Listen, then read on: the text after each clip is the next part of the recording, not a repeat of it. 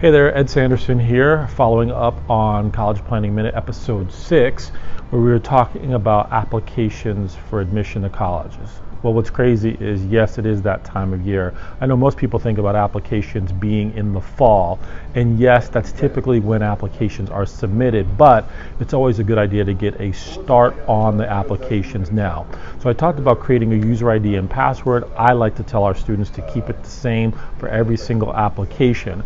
But the question that I get more times than not is, what application style should I use? For example, there's regular decision, early action, and early decision. Now, there's variations of those, but we're going to focus on those three things. Early decision is basically a binding application to admission to a college or university. Translation: if they say yes, that means you are officially admitted. You are going to go there and you're going to rescind all your other applications to admission for any college and universities that you have applied to. Now, frankly, I don't like this option. One, because it isolates you and puts you in a situation where you have no options whatsoever. If they say yes, they expect you to say yes, and if that happens, you are going to that college. That sounds good in principle and it sounds good in theory, but the fact of the matter is, if you can't compare that to other colleges and universities, and what I mean by compare that is offers for financial aid, merit scholarships, need-based aid, you may put yourself in a decided disadvantage.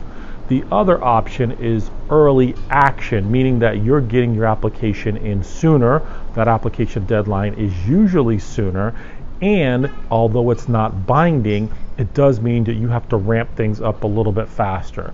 It usually means that you have to get your essays in quicker. It means that you have to get your application in sooner, which means you do not have a lot of time to mess around. Now, that is a competitive environment. There's a lot of young folks who are going to be putting their applications in for admission, and you might want to be in that pool. If you are an above average candidate for that institution, that might make some sense.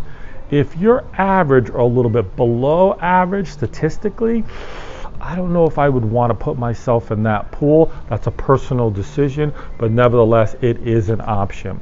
The other one is standard run-of-the-mill regular decision, which gives us the most amount of time.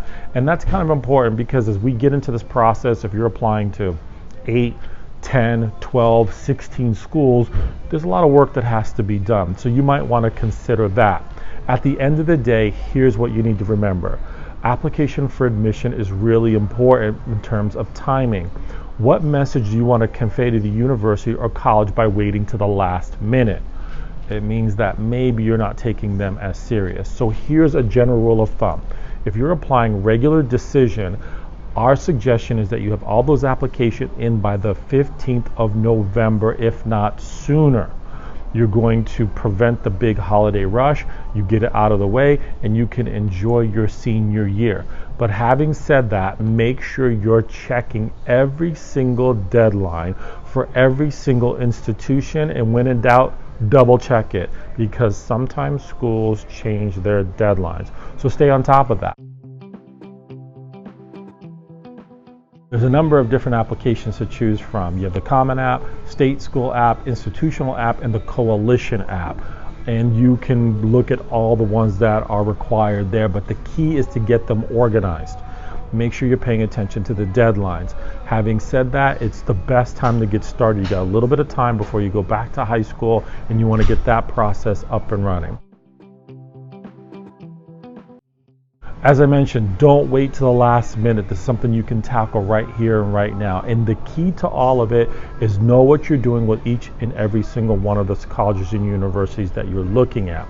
And then one last tip. I get this question a lot. How many schools is the right number of schools? Again, that's a personal decision, but we like to look at our students as having somewhere between 8 to 16 schools. 2 or 3 safety schools, 2 or 3 reach schools, and a handful of schools that you know you can compete at. Just a last minute tip or an early admissions tip, either way you want to look at it. From Ed Sanderson, I'm the CEO of Duceris, and this is your Total College Minute Extended.